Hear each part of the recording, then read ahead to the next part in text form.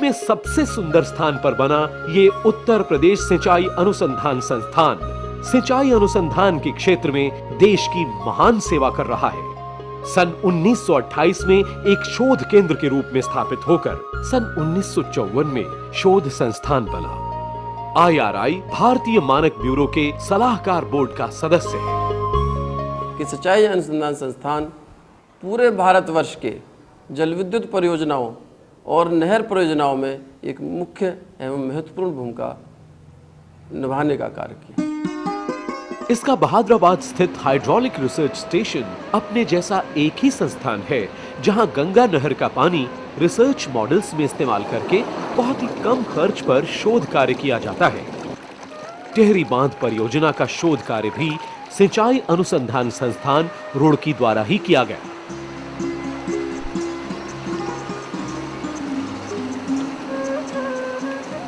नेहरू जी विज्ञान और तकनीकी के क्षेत्र में देश को अतिशीघ्र आत्मनिर्भर देखना चाहते थे। इसलिए स्वतंत्रता प्राप्ति पर अनेक प्रयोगशालाएं व शोध संस्थान स्थापित किए गए।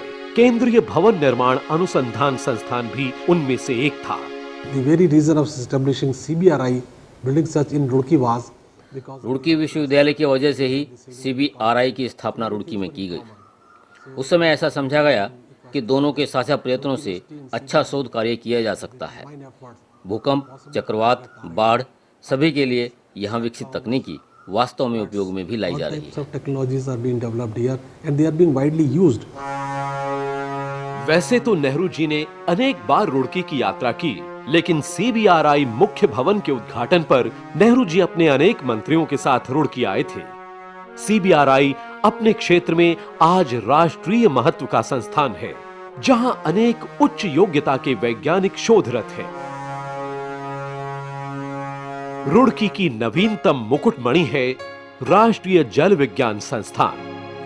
It is the only S&T organization exclusively devoted to the water in the country and functioning under the जल संसाधन मंत्रालय के अधीन पूरी तरह से जल शोध के लिए समर्पित यह देश का एकमात्र विज्ञान और तकनीकी संस्थान है।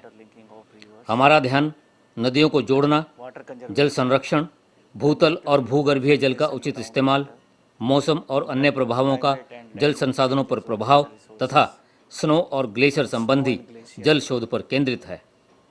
संस्थान द्वारा किए जा रहे कुछ महत्वपूर्ण प्रोजेक्ट्स में से एक है गंगोत्री ग्लेशियर का अध्ययन। Gangotri Glacier, as you know that glaciers are receding. So since last 5 years we are monitoring the Gangotri Glacier.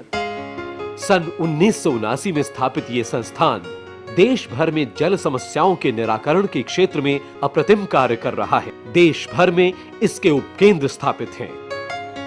NIH के पास विश्व स्तर की शोधशालाएं हैं।